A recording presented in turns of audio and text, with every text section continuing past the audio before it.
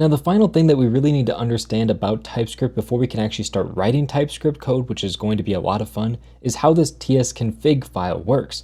This is the exact same code from the last video where I set up a Vite project, so I just had the boilerplate Vite config.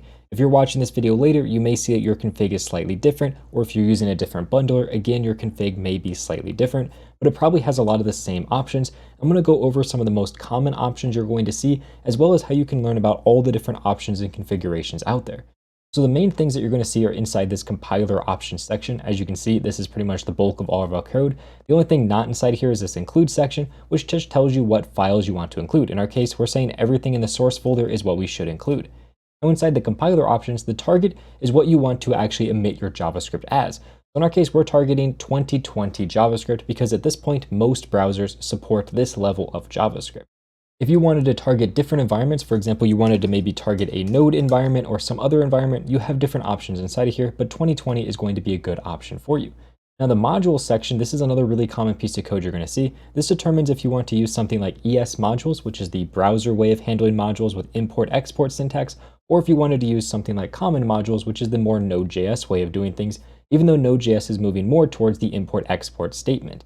So if you wanted to do common modules, you could use common.js inside of here, or if you wanted, you could use ESNext or something else to do browser-based modules.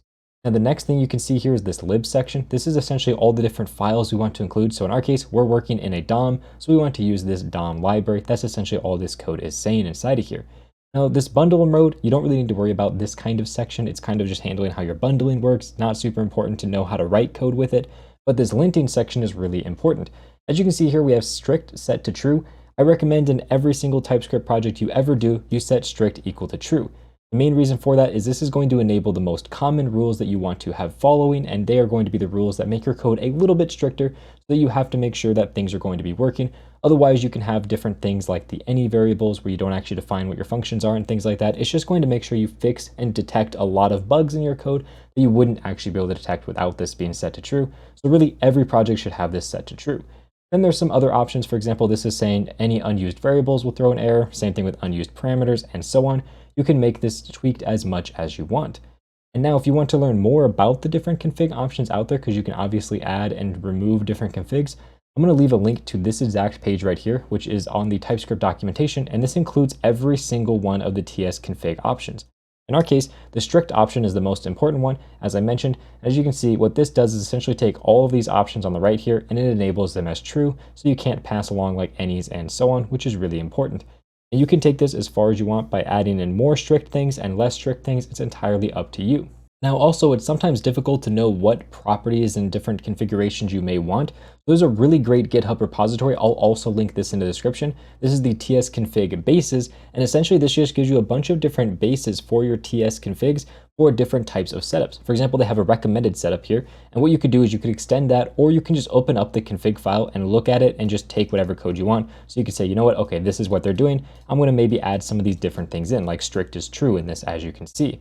There's a bunch of different setups for if you're using like Bun, Create React App, Cypress, and they also, if we scroll down a little further, have all the different node versions you could ever want inside of here, as well as things like Remixed, React, super strict versions, Svelte, and so on. So if you're working on a project in some type of framework or language or something like that, going to this site is going to be a great way of saying, okay, if I'm working in Svelte, what are the different configuration options I want? And you can see inside of here, there's certain things that are going to be really good for Svelte, and it's kind of mentioning them in comments, what they are. And again, if you want, you can just extend this, or you can copy and paste the very different things that you want, just to kind of see what other people are using.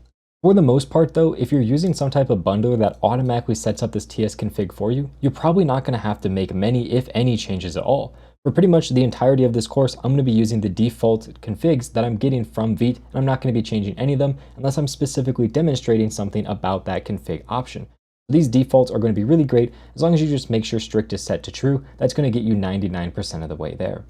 Also, a really nice thing about these config files, if you're using Visual Studio Code, it'll actually pick up on whatever your config file is, and that's how you actually get the errors inside of your editor. So if I were to create a function, doesn't matter what it is, and I just try to give it a variable, for example, you can see I'm getting errors inside of here from the actual config file I have. For example, if I set true to false, and I set no unused parameters to false, you'll now see that my errors in here completely go away. So VS Code is picking up on that and showing my errors based on what my config file is, which is really nice and handy.